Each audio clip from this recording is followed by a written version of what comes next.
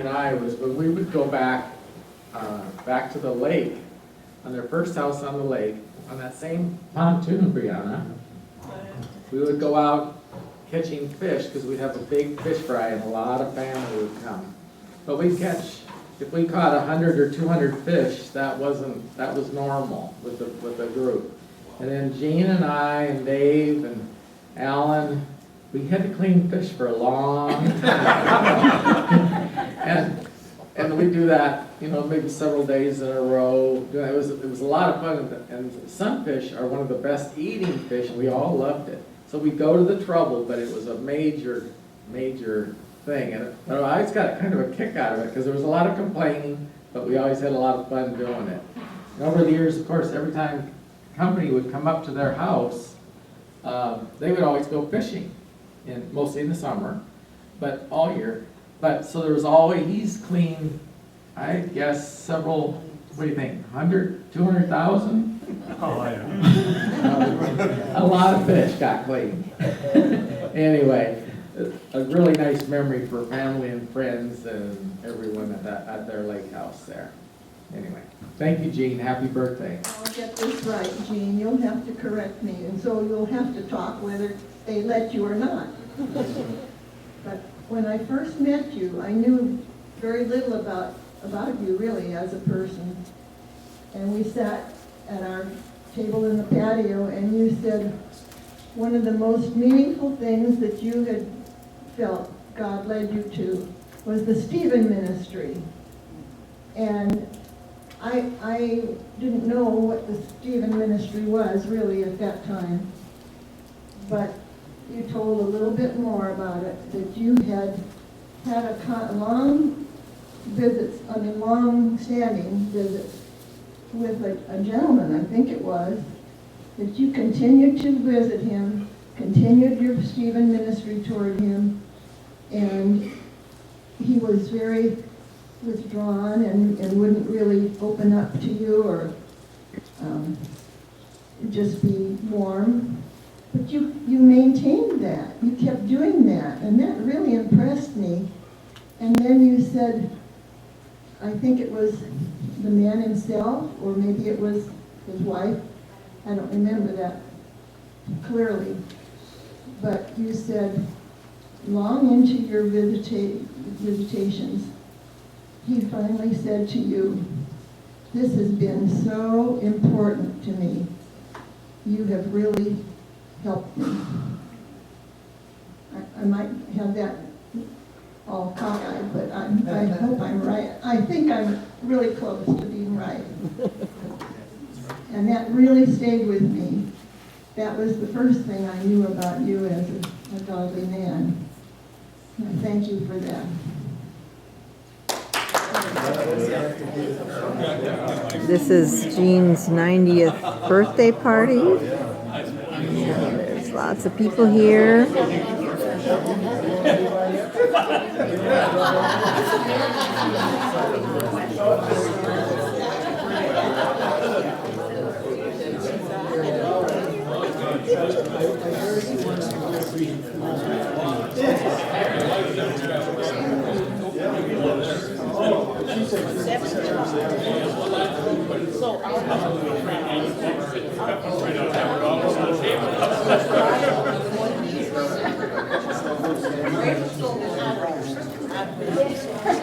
How are you doing? You get some answers? Say hi, Shelley.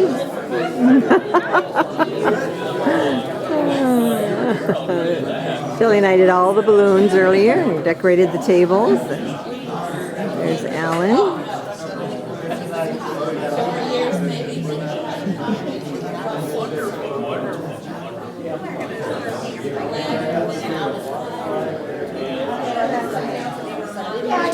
For a number of years. Got enough money to put a house on top of that. Felt we were in the big times, living in a house. But then came along TV. We didn't have one, but my brother and I begged and begged for a TV. Finally got one. I used black and white. Console about that big, screen about that big. But wouldn't you know, technology changes. We had the black and white TV for 2 years, then color TV came out. And we begged and begged for a color TV. My dad's response was, what color do you want? I'll paint it any color you like.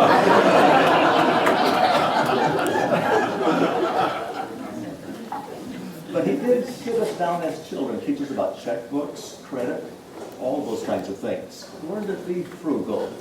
His comment was, if you can't afford to pay cash, you can't afford to pay 20% more on credit. Right. I've always lived by that. It's one thing I remember about my dad. A second thing would be a heart for the down and out. When we were youngsters, Dad had a Christmas tree business.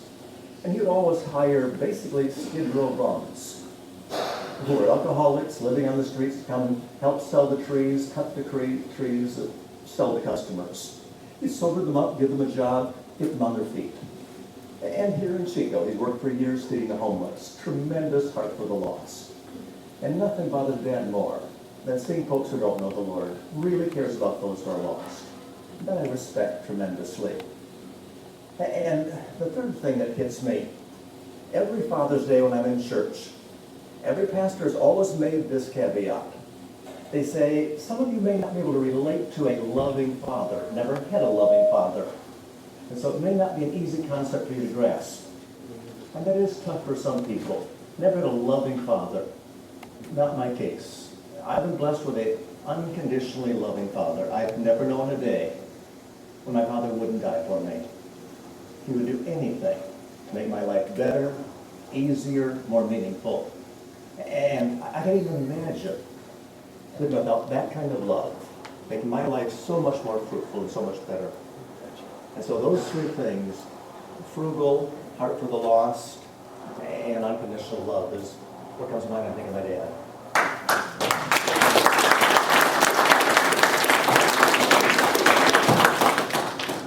Anybody else care to have comments? I'll pass the microphone to you. You have to get up. My name is Dave Kuzma. My wife Chris and I came down. We live in Anacortes, Washington now, up in Northwest Washington. We like to tell, I'm not as comfortable behind the microphone as Alan is, but I'll do the best I can here. So,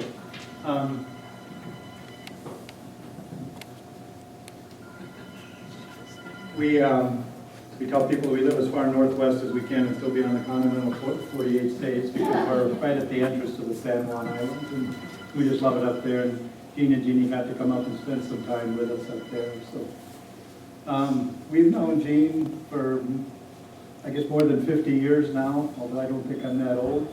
We grew up in Eau Claire, Wisconsin. That's where Gene was, and his boys were there. We both lived on Star Avenue. I knew which house was theirs, whether it was a house or not a house, because there was always had Christmas trees in the front yard during the holidays, because that's what they did. And so I remember that. We went to school with Dave, and then when I was in college, we were in the Alpha Phi Omega fraternity with Alan, so we've known each other for a long, long time. I have a couple memories that I want to share. Those of us that really know Gene, we know that two of the most important things in his life other than Jeannie are his God, his religion, and his fishing, okay? And one of my memories was that Gene was my Sunday school teacher, okay? And I kind of look back now and say that, learning all the things that he tried to teach me every Sunday helped me be a better person through my life. But there was a troublemaker in the class, and he was there every week. He was in trouble, and one day, we were all sitting there, little kids, impressionable kids, and Gene had enough of this kid and picked him up by the nape of the neck, and he's kicking and screaming and took him outside, and we just kind of waited in silence. And then he brought him back in, he sat down, and the rest of the year that guy never did anything wrong. And I'm thinking if Gene works for a God that's that strong, I'm going to really be good.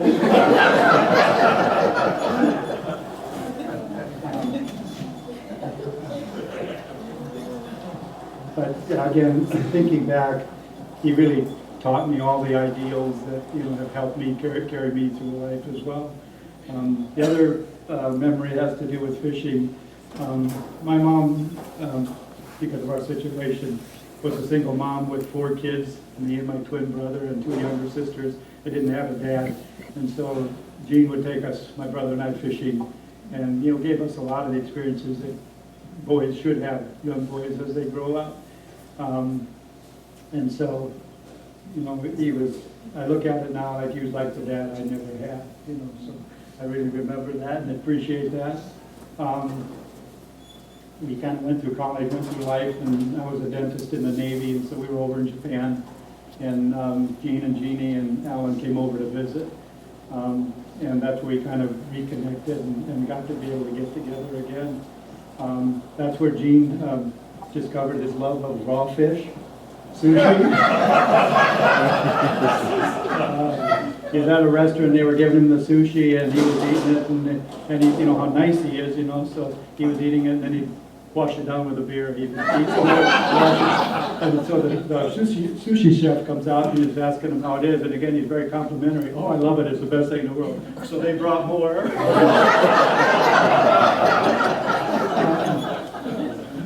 So that's kind of what I remember from that. We have adopted children, 2 little girls from Korea, and it was nice for me being in the Navy as a dentist and being in Japan, and then we actually ended up adopting a little Japanese baby boy. And so those are our 3 children, and for them, Gene and Jeannie have been like grandparents to them as well, you know. So, you know, I'm looking at it like,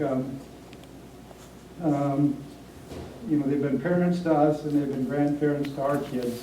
And this is really special for us to be able to come down and share with Gene and Ellen and Dave and Jeannie, the whole family.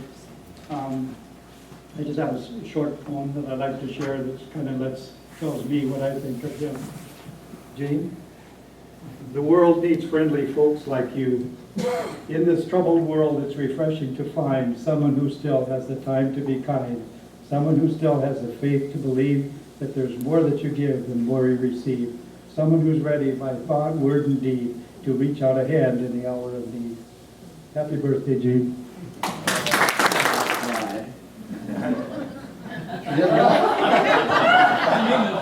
The guy I know is always arguing with me. And we'll get into some real good arguments, and we can do that, and everything's fine, and then the ladies will say, oh, no, you guys don't know you're getting mad at each other. No. We never get mad at each other. We understand each other. We both don't know much. We got our own opinions. That's worth a lot to us. The thing I remember the most, and I've only known Gene for a short period of time compared to most of you, I guess, but I honestly believe he's the first person I know, and a pastor's excluded, of course, that really believed that every word in the Bible was exactly what God had to say. Now, I've struggled a lot with Christianity. Thank God there's a sinner end of it, you know, that the Lord forgives, because some of us required a lot of that. And Gene got me to believe that no matter what I'd done, it was okay, because Christ had died for me. And I actually started to learn from the Bible, because this guy really got me to believe it was real. And thank God for that. Now, that's good stuff, folks. But now, if it comes down to the Packers and the 49ers,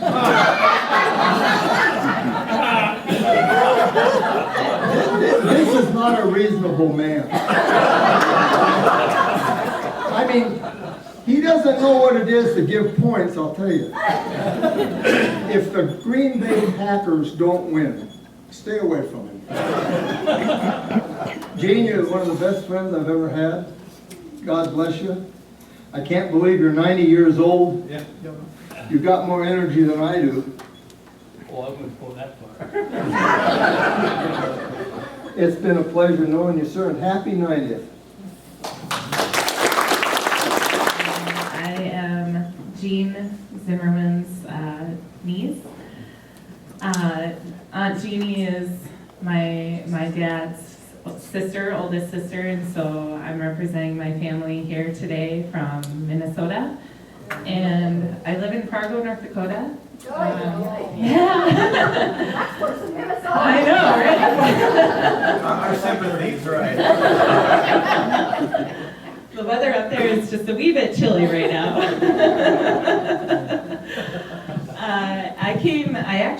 I was planning on coming out at the end of March, and as fate would have it, my other uncle, Stan, was snowbirding down in San Diego, and he said, you should come down here, and everything just happened to work out. I got to see a friend that I hadn't seen in Santa Rosa. She moved out there from Fargo a little while ago, and then I got to come up here, fortunately, for Jean's 90th birthday party. So happy to make it.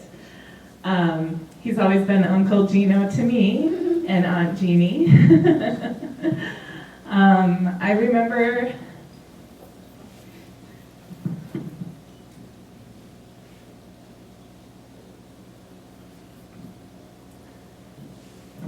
being a little girl up on the Lake Lindstrom and going fishing with my uncle.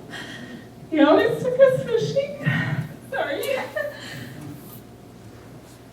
I'm very emotional. And I remember him taking us fishing for sunnyfish. And we'd go out on the pontoon and go fishing. And that just made me and my sister's day, going with our aunt and uncle fishing with mom and dad. And I remember one particular time we were up visiting, and we were coming in, I think, if I remember correctly, and we were along some of the grasses in the water. And all of a sudden I had a fish on the end of my pole. And I'm like, what is this? This feels a lot stronger than one of those little sunnies. And Uncle Gino's sitting there, he's telling me to reel it in and just to kind of let it out and to kind of reel it in and let it out. And you got it. And then it came up, and sure enough, it was a bass. My first bass I'd ever caught. And I caught it with my Uncle Gino and Aunt Jeannie. So, yeah, those are my best memories. And I love them dearly. Thank you. Jean and Jeannie moved here, and I don't exactly recall under what circumstances we met. I'm sure, obviously, it was here at church. But the thing that I wanted to mention was that perhaps 6, possibly 7 years ago, there was some request from a teacher at the church here for mentors to assist some of the high school students. In this case, Jean and I were assisting some sophomores, and we had some wonderful experiences that lasted over a period of 2 years, and Jean was just wonderfully enthusiastic about it, and many times we would run into situations where I would say, well, I'm not really sure how I should deal with this, and he'd say, well, come on, we'll figure it out. And so we, through rain and everything else, we went to the high school over here for approximately 2 years, and we had a wonderful time doing it. And Gene was really gung-ho to, he'd preach to those kids. You can't do that much in school, of course, but he really wanted to get those guys to know that Christ died for their sins, and he used every opportunity he had to tell them. And that's my greatest memory of Gene. The privilege of being in a small group with Jean and Jeannie. And at the time we were meeting at Bonnie and Richard Johnson's house, and my wife Diane and I and several of us here had the privilege of having Jean and Jeannie in our group for a period of time. At one point it got to the point where it was difficult for them to come out to the night group meeting time, so we were very sorry to see them leave. But what was so inspirational to us was that one of the other reasons was because they wanted to go out and continue meeting other people in the church, and here they were, in their 80s, and it's an inspiration to us that they wanted to continue fellowshipping with as many believers and variety of people and getting to know people. And as you've all said, this is evidence of a fabric of their life that I think is inspirational to all of us. And probably one of the most memorable things, I don't know if you remember Bonnie Johnson, but she used to ask us to share God stories. That was a very important part of her small group experience. So one time Gene shared his God story with us, and it was the story about his time as a trucker when he had clear and convincing evidence that God's hand was on his life. And Gene, pardon me if I don't tell the story exactly right. I know you know it by heart, but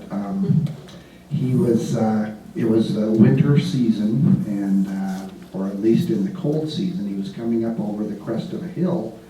And as he came up over the crest of the hill and started down with this big tractor trailer rig, he saw at the bottom of the hill there was a car that was stranded, and I suppose it had emergency flashers on, or a family standing outside the car. And so he tapped the brakes to try and slow down because he was going to start gathering speed. And as he did this, that tractor trailer rig started fishtailing. It was black ice and he wasn't aware of. And he had this vision of his tractor trailer rig just wiping out this family at the bottom of the hill. And when he started experiencing that, he said, "Jesus, help me, or good Lord, help me." And by the time he got down to the bottom of that hill, that tractor trailer rig had straightened out almost near miraculously, if I'm not mistaken, Gene. And he went past that car and everybody was safe. And I don't know what happened beyond that, but when he said, "Jesus, help me," he said it so strong with such conviction, we all jumped in the small group, but it left such an impression on us. And I think that is a story of testimony of God's hand on someone's life that we'll probably all remember, because he said it with such clarity and conviction. And that's a major memory of mine. And also what Don shared about the mentoring of those young boys, what was also going on at that time. And so we're just really privileged to be sharing part of your birthday celebration, Gene, on your 90th birthday. And I hope that Diane and I, when we reach your season of life, that we will have the same kind of vigor and fabric and love for one another that you two obviously share. And thank you very much. Blake, this is from Blake. Here's what he said. "Aaron and I have always loved playing different card games with Grandpa Gene.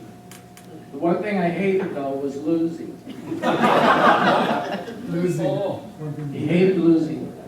Thankfully, Grandpa had a few card tricks up his sleeve to help with this. The best one he ever taught us was the smelly, dirty clubs trick. This trick goes that you put any card up to my nose, eyes closed, and I can tell if it is a club or not. Something about those dirty clubs I could smell 100% of the time. I won't give away how it works, but I have used it throughout my life to trick my friends and family. Nobody can figure it out. Especially good to use in the fish house to frustrate my friends." Said, "Happy birthday, love Blake, your grandson." That's right, Gene, you'll have to correct me, and so you'll have to talk whether they let you or not. But when I first met you, I knew very little about you really as a person. And we sat at our table in the patio, and you said one of the most meaningful things that you had felt God led you to was the Stephen ministry. And I didn't know what the Stephen ministry was really at that time, but you told a little bit more about it, that you had long-standing visits with a gentleman, I think it was, that you continued to visit him continued your Stephen ministry toward him, and he was very withdrawn and wouldn't really open up to you or just be warm. But you maintained that. You kept doing that, and that really impressed me. And then you said, I think it was the man himself, or maybe it was his wife. I don't remember that clearly. But you said, long into your visitations, he finally said to you, this has been so important to me. You have really helped me. I might have that all cockeyed, but I hope I'm right. I think I'm really close to being right. And that really stayed with me. That was the first thing I knew about you as a godly man. And I thank you for that. And she said, God, I'm really broke, give me a win. They chose the winner, she was not the selected person. So she got a little more frustrated and said, God, I'm really broke, I need the money, give me a win. Again, she wasn't selected. Now she got ticked off at God. She shook her hand and said, God, listen to me, give me a break, give me a win. Out of heaven, this thunderous voice says, give me a break. At least buy a ticket. I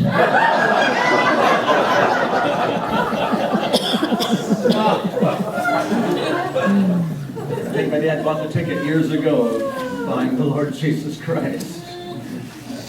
Before my dad has a few comments to say, few comments, Bill. Anybody else want to make any comments at this?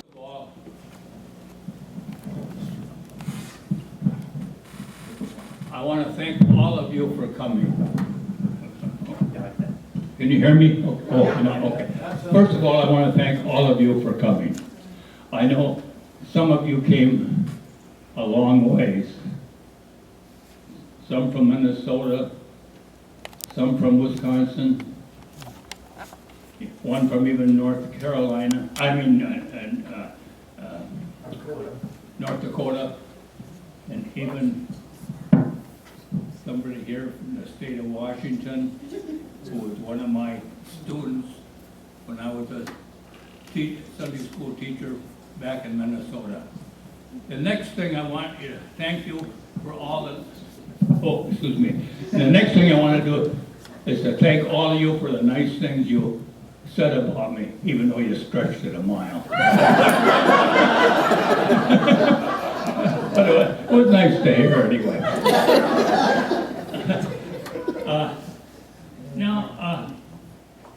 The fact that I lived in Minnesota and Wisconsin most of my life, I think, and there's a few people here from there, you know, I think I should talk a little bit about that.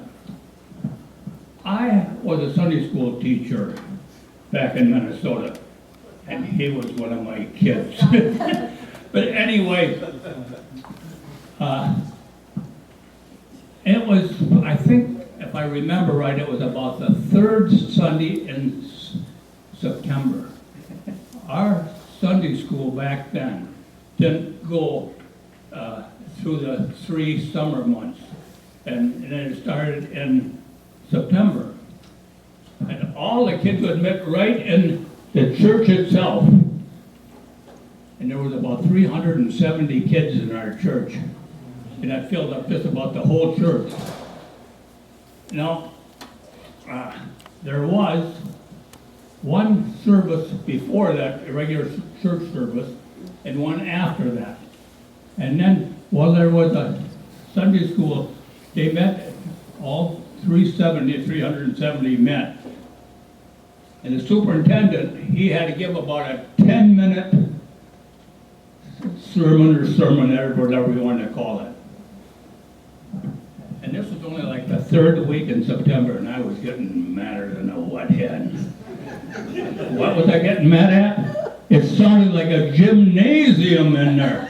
Nobody could hear that young fella giving a sermonette down there. So I stood right up.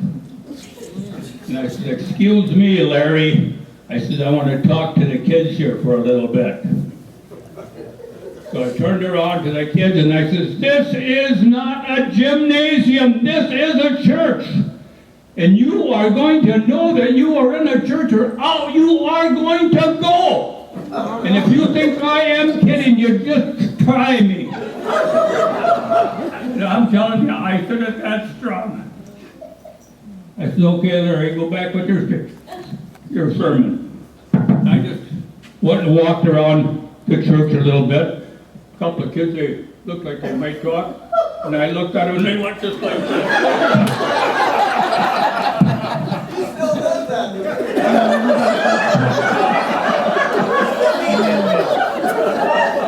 Well, anyway, it happened to be about, I don't know, Wednesday or Thursday of this coming week. And the minister kept knocking. He knocked on my door and I come and I said, "Oh, hi, Pastor. Hi." He says, "Can I come in and talk to you?" And I thought, am I going to give a sermon? Because I was pretty rough with them kids. So he come and he sat down with me. He says, "Gene," he says, "I heard what you did last Sunday in our Sunday school class." I said, "You did?" And he says, "Yeah." And I already had what I was going to say when he says, something that I didn't think he was going to say.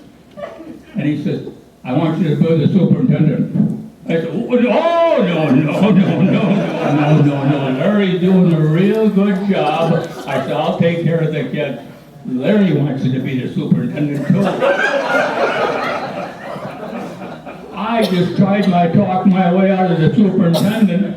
I couldn't do it. 11 years or 12 years later, I'm still the superintendent. Well, anyway, so much for that.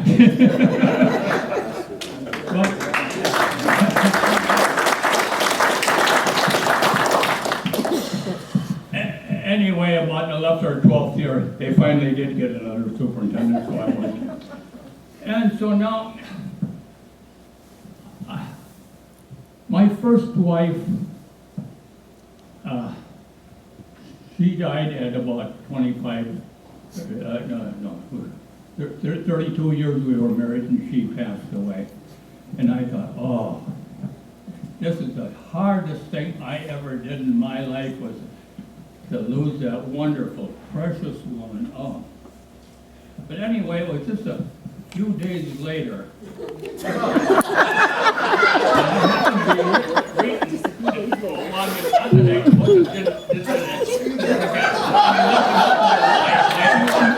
just happened to be reading the paper.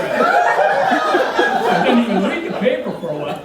And then the classified, it happened to say, the following churches meet at the following churches. I said, wait a minute.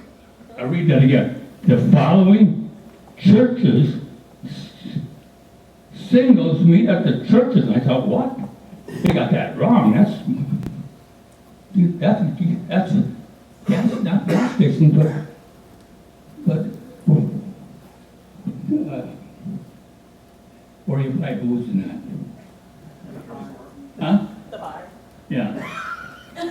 Yeah. So anyway, I decided I'd try to go to one of them. Well, first I want to tell you a little story about my wife and I. Oh, no. What told me exactly the story that I had planned. Who was it here? He was over here to talk to me a minute. Yeah. He told you about the story that I was going to talk. He told you about the story that I was going to talk about when I slid on the ice and everything, and I come to right just about. You say, God help me, and he's bang. Listen, I wasn't even from here to that thing when I hollered, God help me, and I went past them people. So anyway, I met these 5 churches that had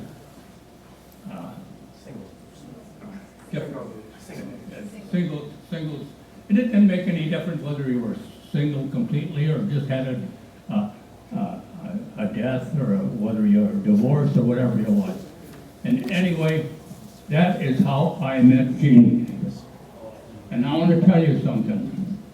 My first wife was the most precious wife I ever had in my life, and when I married Jeannie, she and her are both the most precious two women a man could ever want. And both of them have been just perhaps they could have been almost human and been any better than either one of them. And I hope all of you have wives or families like that. That is just wonderful. All I have to say. Oh, wait, what?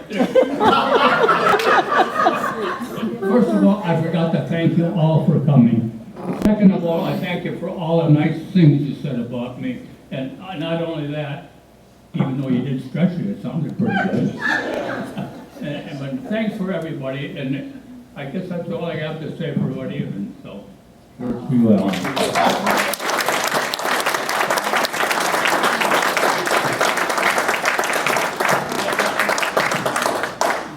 The one part of the story he left out after he saw Mom at one of the church single gatherings.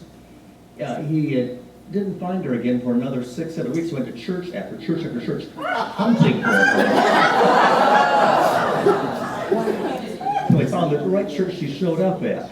And they had numbering off 1, 2, 1, 2 to sit by certain people. He knew the number would not work out, so he cheated and sat by her anyway. Asked her for ice cream after their first meeting on a date, took her out, realized he had no money, she had to pay for it.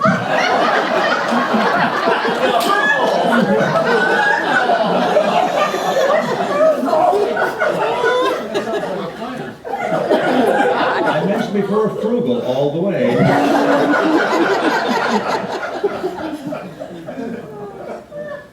We've all heard the Serenity Prayer, and I saw this version I thought we would finish with and ask Pastor Lou to give us a benediction.